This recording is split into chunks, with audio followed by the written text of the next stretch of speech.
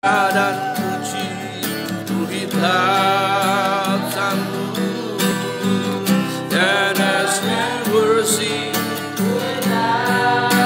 build your throne and as we worship build your throne come Lord Jesus and take your place.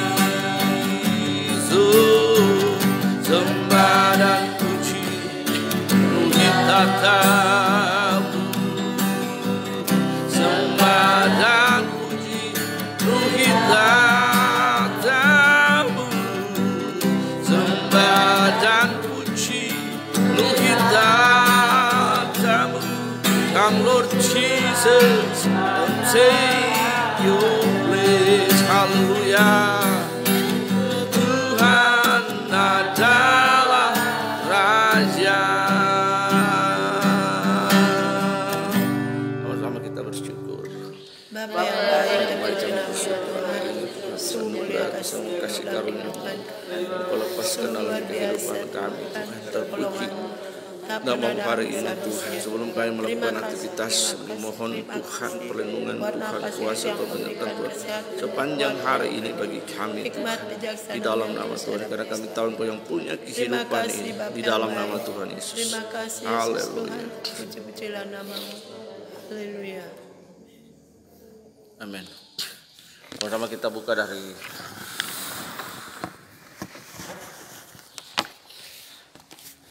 Satu Raja-Raja pasal yang ke-17.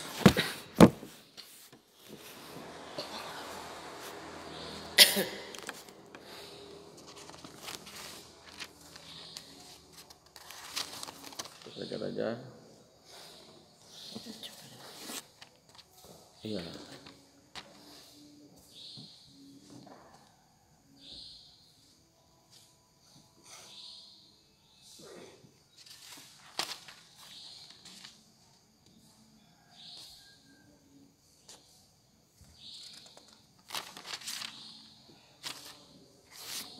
Sudah semua?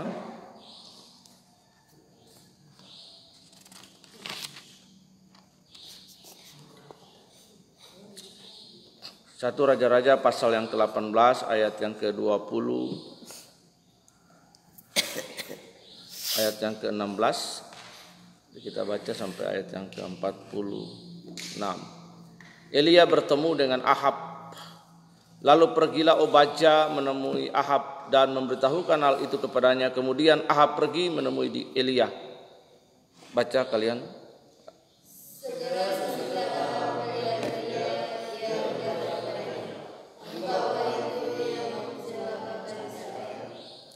Jawab Elia kepadanya, bukan aku yang mencelakakan Israel, melainkan engkau ini dan kaum keluargamu. Sebab kamu telah meninggalkan perintah-perintah Tuhan dan engkau ini telah mengikuti para Baal. Sebab itu suruhlah mengumpulkan seluruh Israel ke Gunung Karmel, juga nabi-nabi Baal yang 450 orang itu, dan nabi-nabi Asyera yang 400 itu, yang mendapat makanan menjadi sana. Ya, sampai di situ dulu. Ayat yang ke-20 nanti sebentar. Jam 10 Anda bikin catatan dan renungan. Jam 11. Oke, lihat di situ. Sebelum peristiwa Gunung Karmel terjadi, peristiwa Gunung Karmel itu adalah peristiwa yang paling luar biasa di Alkitab, karena Allah menunjukkan kuasa dan otoritasnya yang luar biasa. Dari peristiwa di Gunung Karmel, kalau Anda baca ceritanya itu, there's a war between God dan para Baal. Peperangan antara Allah dan para Baal. Sebelum peperangan itu terjadi, Elia bertemu dengan Raja Ahab. Peperangan terjadi, Elia bertemu dengan Raja Ahab. Lihat, Pertemuan itu sungguh tidak di pertemuan yang diharapkan sebenarnya. Ya. Pertemuan ini difasilitasi oleh Obadjah, pegawai Raja Ahab yang masih takut akan Tuhan, yang masih berbakti kepada Allah. Di situ dikatakan ayat 17, segera Ahab melihat Elia, ia berkata kepadanya, engkaukah itu yang mencelakakan Israel? Nah, Elia berkata, engkau mencelakakan Israel. Kenapa sampai demikian? Dia berkata demikian. Karena Elia tidak pernah menubuatkan sesuatu yang menurut Ahab, dalam pandangan Ahab baik. Tapi Elia menubuatkan hal-hal yang mendatangkan teguran, nasihat kepada Israel utara 10 suku waktu itu. Perhatikan di situ. Tidak ada yang baik. Tapi Elia balik menuding dan berkata, engkau dan seluruh keluargamu yang mencelakakan Israel. Kenapa? There's no standard. Katakan there's no standard. Dalam peristiwa ini ada sebuah hal yang perlu kita ambil maknanya. Karena ketiadaan standar. Standar apa? Standar the holiness, standar kesucian, standar kekudusan. Maka orang-orang tidak lagi berbakti kepada Allah.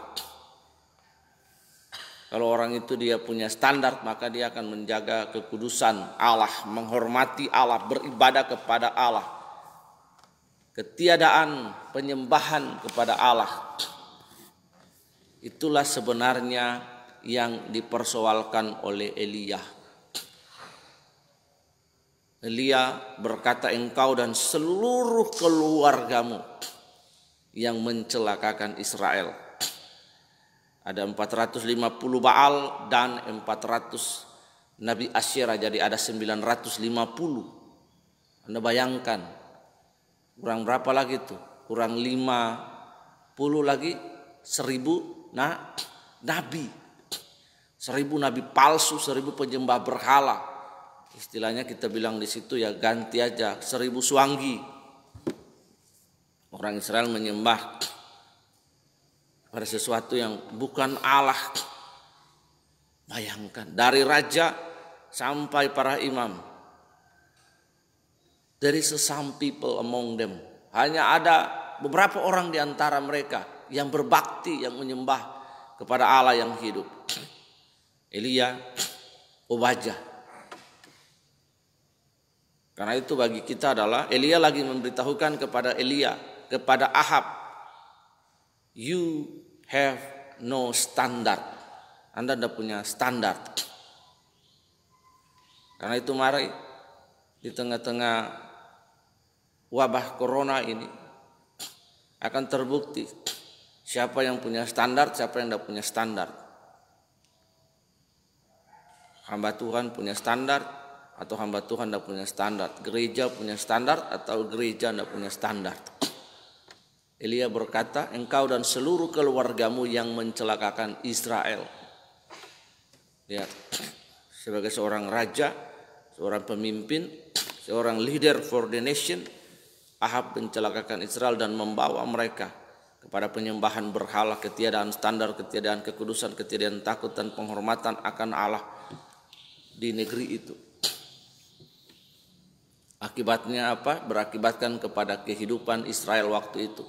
Jadi kehidupan yang terkutuk. The dark season. Kegelapan, kehidupan yang gelap, ketiadaan Allah sampai dalam penyembahan mereka. Sampai 3 tahun. Bukan berarti Allah nggak ada. Allah ada. Tapi dia tidak disembah oleh Israel. Padahal syahadat mereka adalah Shema Israel, Adonai Elohim, Adonai Eloheinu Echad. Nah itu. Satu-satunya Allah yang kami sembah adalah Tuhan Allah, tiada yang lain. Itu pengakuan mereka menjadi terminologi orang Israel. Terminologi Kristen kita itu adalah Kristus Yesus. Bayangkan kalau ketiadaan Kristus dalam hidup kita. ketiadaan standar. Setiap manusia itu punya ukuran. Salah satu ukuran umum adalah moralitas, conscience atau sunardesis atau hati nurani dalam diri manusia. Hati nurani dalam diri manusia.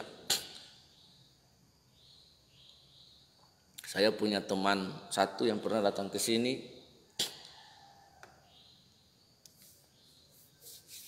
Dia pernah kunjungan ke sini. Dia punya anak umur 17 tahun kemarin di Facebook berulang tahun yang ke-17 tahun.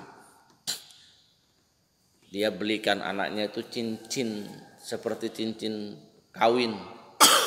Cincin emas beneran. Tapi dia kasih masuk cincin itu di jari anaknya. Itu dia punya nama, itu namanya Virgin Rings. Virgin Ring artinya apa? Anak itu dengan dia buat perjanjian dengan Tuhan. Sebelum ada the best man, laki-laki yang baik, yang benar, yang kawin sama dia, dia tidak akan menyerahkan harga dirinya kepada sembarang orang. Itu punya moral, punya standar. Standar yang baik, standar yang benar. Dia berjanji bagi dirinya, dia berjanji bagi Tuhan, bagi bapak, bagi ibunya, keluarganya. 17, umur 17 tahun, anak perempuan. Dia belikan cincin dan buat perjanjian di hadapan Tuhan. Itu berarti orang tua punya standar moral yang baik. Nah, ketiadaan standar, setiap kita tuh punya standar moral. Kalau moralitas umum saja rusak, maka yang lain pasti rusak. Nah, itu bawa kemana dirimu. Memiliki standar, punya nilai. Barang kalau tidak punya nilai, maka dia tidak berharga, sampah. Anda perhatikan. Mengapa uang disebut berharga? Mengapa uang punya nilai? Karena di dalam uang itu ada dua value, ada dua nilai, perhatikan. Ada yang pertama disebut nilai nominal atau nomina. Nomina itu nilai yang tertera pada uang 100.000 rupiah. Misalnya uang yang paling tertinggi pecahan di Indonesia ini 100.000, ada 50.000, ada 20.000, ada 10.000, ada 5.000, 2.000 dan 1.000. Itu nilai nomina, nilai yang tertera pada uang yang Anda pakai untuk bertransaksi. Apakah hanya nilai nomina itu cukup? Tidak. Nilai nomina yang tertera pada uang itu tidak cukup. Harus ditambah dengan nilai intrinsik pada uang. Apa itu nilai intrinsik pada uang? Nilai intrinsik itu adalah nilai yang dibubuhkan pada uang, yaitu tanda tangan dan cap Gubernur Bank Indonesia. Membuat uang itu bisa berfungsi dan dipakai jadi dua nomina itu. Karena itu setiap kita juga harus punya value, punya nilai. Dalam sebuah percakapan dengan Tuhan Yesus dengan murid-muridnya tentang membayar pajak kepada kaisar, Tuhan berkata bahwa bayarlah. Mereka mencoba, they try to trap Jesus, untuk menjebak Yesus. Tuhan, boleh kami bayar pajak kepada kaisar? Tuhan Yesus taat kepada pemerintah. Taat, dia bilang bayarlah pajak. Supaya selaras dengan Roma 13 ayat 1 dan 2. Bahwa pemerintah adalah wakil Allah. Dia bilang bayarlah kepada kaisar apa yang wajib. Bayarlah kepada kaisar apa yang wajib membayar. Dan kepada Allah apa yang wajib kamu bayar. Ingat, di dalam diri kita ada tulisan Allah. Dalam diri kita ini. Kita ditebus, ada nilai yang tidak terbatas melebihi dua nilai nomina dan intrinsik tadi. Pada uang. Dalam diri kita ada tulisan dan gambar Allah, ada peta Allah. Itulah yang membuat Anda dan saya itu punya value, punya nilai. Melebihi ciptaan apapun. Dalam Kejadian Pasal 1 ayat 26 dikatakan, baiklah kita menjadikan manusia serupa segambar dengan dengan kita. Elohim, Asa, Amar, Selem.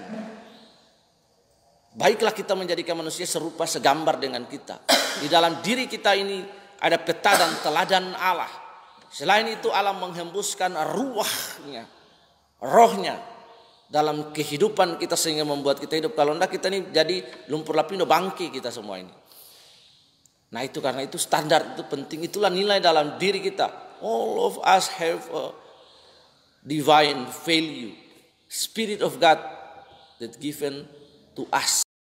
Itu ingat penting sekali. Kalau Anda tidak punya nilai, Anda nggak berharga. Nilai itu apa? Anda bisa jujur. Anda bisa setia dalam pekerjaan. Anda bisa rajin. Anda dengar-dengaran. Anda menghormati orang tua. Itu nilai. Terlebih nilai-nilai yang lain. Itu. Anda bisa menjaga diri Anda yang perempuan. Yang laki-laki Anda bisa menjaga diri Anda. Itu nilai. Kalau Anda jadi perempuan sembarang, Anda jadi laki-laki sembarang. Itu nilai. Kalau Anda tidak punya nilai, coba Anda bayangkan. Barang itu semakin antik, semakin berharga karena dia punya nilai. Sejak manusia jatuh ke dalam dosa, mereka sama sekali tidak punya nilai.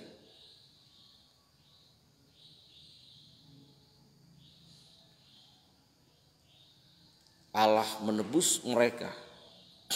Karena Allah tahu mereka adalah ciptaan yang paling termulia dari semuanya. Allah menebus mereka. Ada sebuah peristiwa yang membuat Samson kehilangan standar di situ. Dia dari seorang nasir Allah, dipakai oleh Allah, dia akhirnya jadi badut. Dipanggil untuk melawak. Seorang nasir Allah yang dipilih oleh Allah, dinubuatin oleh Allah. Ketika seseorang berbuat dosa, dia menjadi bahan tertawaan. Dia akan jadi bahan pergunjingan. Itu dengan baik. Kembali ke Raja-Raja 18 tadi. Ahab dan keluarganya meletakkan fondasi dan dasar yang salah. There's no God, there's no worship, there's no praise, there's no Torah, there's no syahadat. Israel itu Shema, Israel dalam hidup mereka.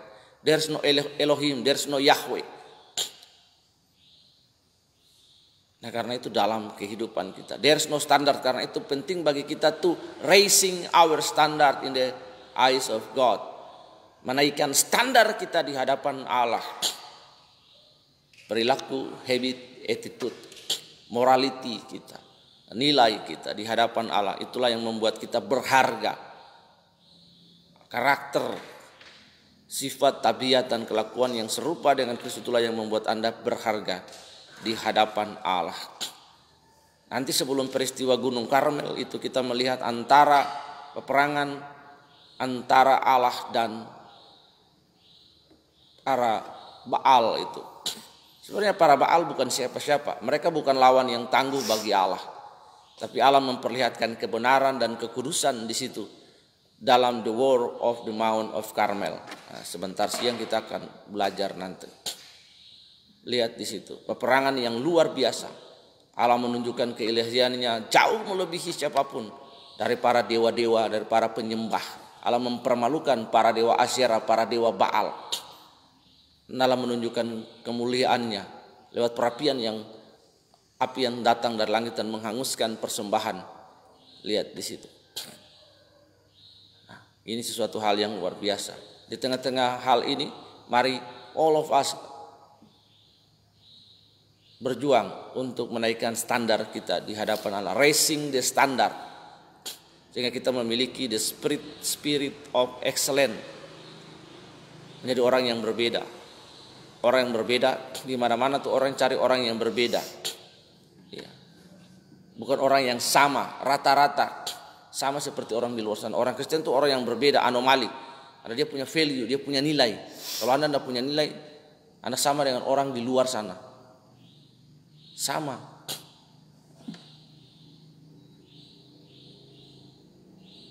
Nah, lihat, value itulah yang membuat Anda berharga.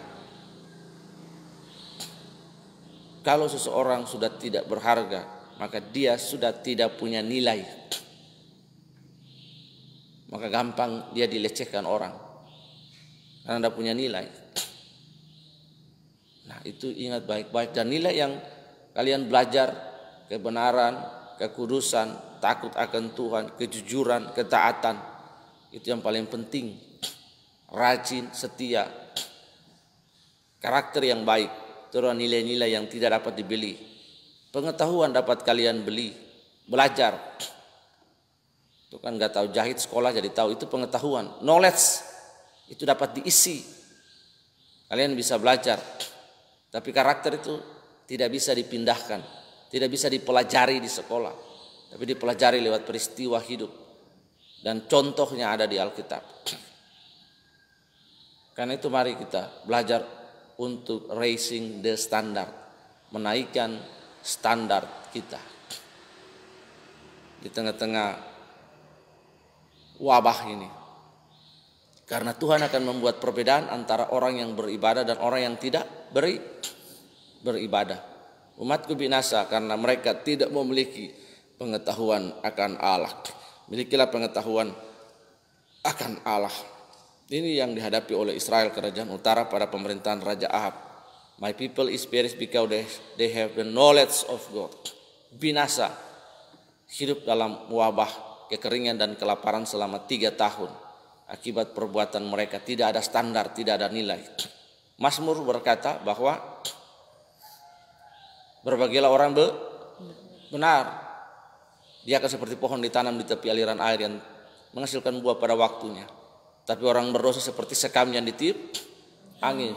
Sekam itu ringan, tidak berbobot, tidak berkualitas, tidak punya nilai. Apa yang Anda mau dapat dari sekam? Ditiup angin. Nah, perbandingan dua, fasik dan benar. Itu menolong kita. Kebenaran menolong kita di tengah-tengah situasi ini. Nah, ini yang harus kita hidupi dalam kehidupan kita. Mari tunduk kepala dan kita berdoa. Hari ini kami belajar dari 1 Raja-Raja 18 Tuhan tentang percakapan Raja Ahab dan Elia. Raja Ahab berusaha untuk menuding Elia menjadi dalang dari semua penyebab kekeringan di Israel, wabah, kekeringan dan kelaparan selama 3 tahun. Tetapi fakta Alkitab menjelaskan bahwa tuduhan Ahab itu keliru dan salah. Sebab Ahablah yang menjadi pelaku tunggal dengan rumah tangga dan keluarganya. Ketiadaan penyembahan kepada Allah Israel yang hidup. Tidak ada moral, nilai-nilai, tidak ada pengetahuan akan Allah. Kefasikan terjadi di sana. Sehingga Allah murka kepada mereka. Selanjutnya Tuhan kami belajar bahwa kalau seseorang tidak punya standar dan nilai, maka dia tidak berharga Tuhan. Kita melihat di Gunung Karmel peristiwa bagaimana Allah menyatakan diri, menyatakan kehormatannya, dan Allah menunjukkan keilahiannya. Allah menunjukkan bahwa dia Allah yang real, dia Allah yang luar biasa keilahiannya berlaku di hadapan semua para penyembah berhala. Mereka takjub dan melihat perbuatan Allah yang besar. Allah menjadi Allah yang hidup di antara mereka. Terima kasih Tuhan untuk kami belajar di tengah-tengah masyarakat, lingkungan sosial, bahwa kebenaran itulah karakter yang baik, moral yang baik, standar yang baik. Itu akan menolong kami di saat-saat kami sukar Tuhan. Orang-orang mempercayai kami, orang-orang dapat percaya kepada kami, orang-orang dapat bekerja sama dengan kami. Karena mereka melihat kami berbeda, karena kami punya kehidupan yang berbeda.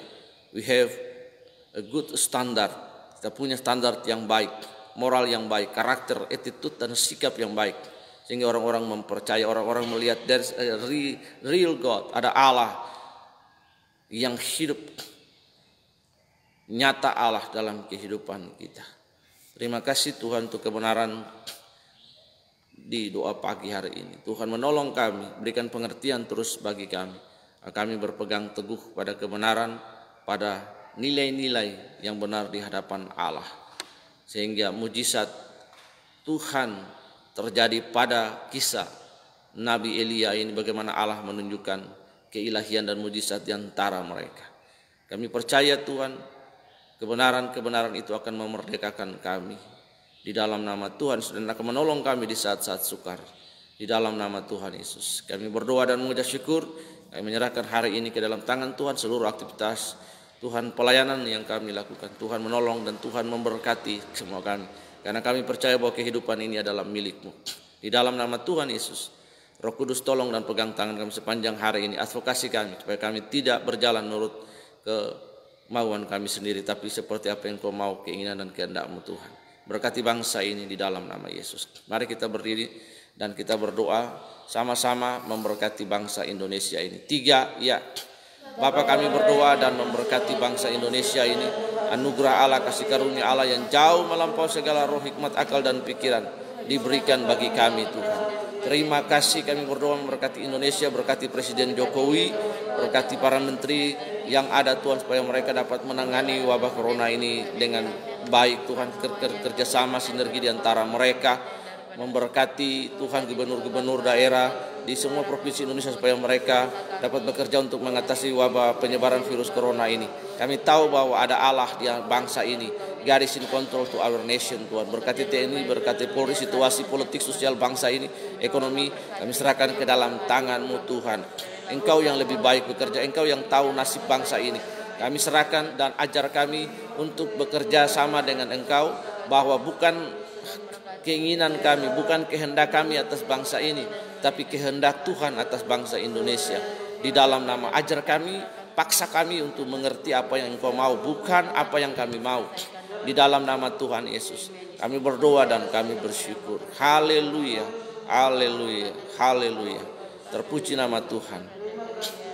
Kami serahkan kabupaten-kabupaten di Pulau Bali ke dalam tangan-Mu, provinsi Pulau Bali ke dalam tangan-Mu, semua sinergitas Tuhan, kerjasama di antara para wali kota, para bupati dan provinsi gubernur berjalan dengan baik untuk mengatasi penyebaran wabah corona di Pulau Bali ini. Kami berdoa dan mengucap syukur, memberkati gereja Tuhan di bangsa Indonesia, para misionari, para pendeta sementara merintis. Tuhan tolong, Tuhan memberkati mereka. Tuhan penuhi segala kebutuhan dan kecukupan mereka. Ajar kami juga untuk terlibat, mengambil bagian dan peran sekecil apapun dalam nama Tuhan Yesus. Memberkati gereja-gereja Tuhan di Pulau Bali, pendeta-pendeta yang merintis di Pulau Bali, kehidupan mereka Tuhan. Tuhan tolong, Tuhan dapur mereka, beras, Tuhan makan minum mereka, Tuhan cukupkan Tuhan di dalam nama Yesus. Kami berdoa dan mengucap syukur, terpuji nama Tuhan sepanjang hari ini. Kami sudah berdoa dan kami bersyukur.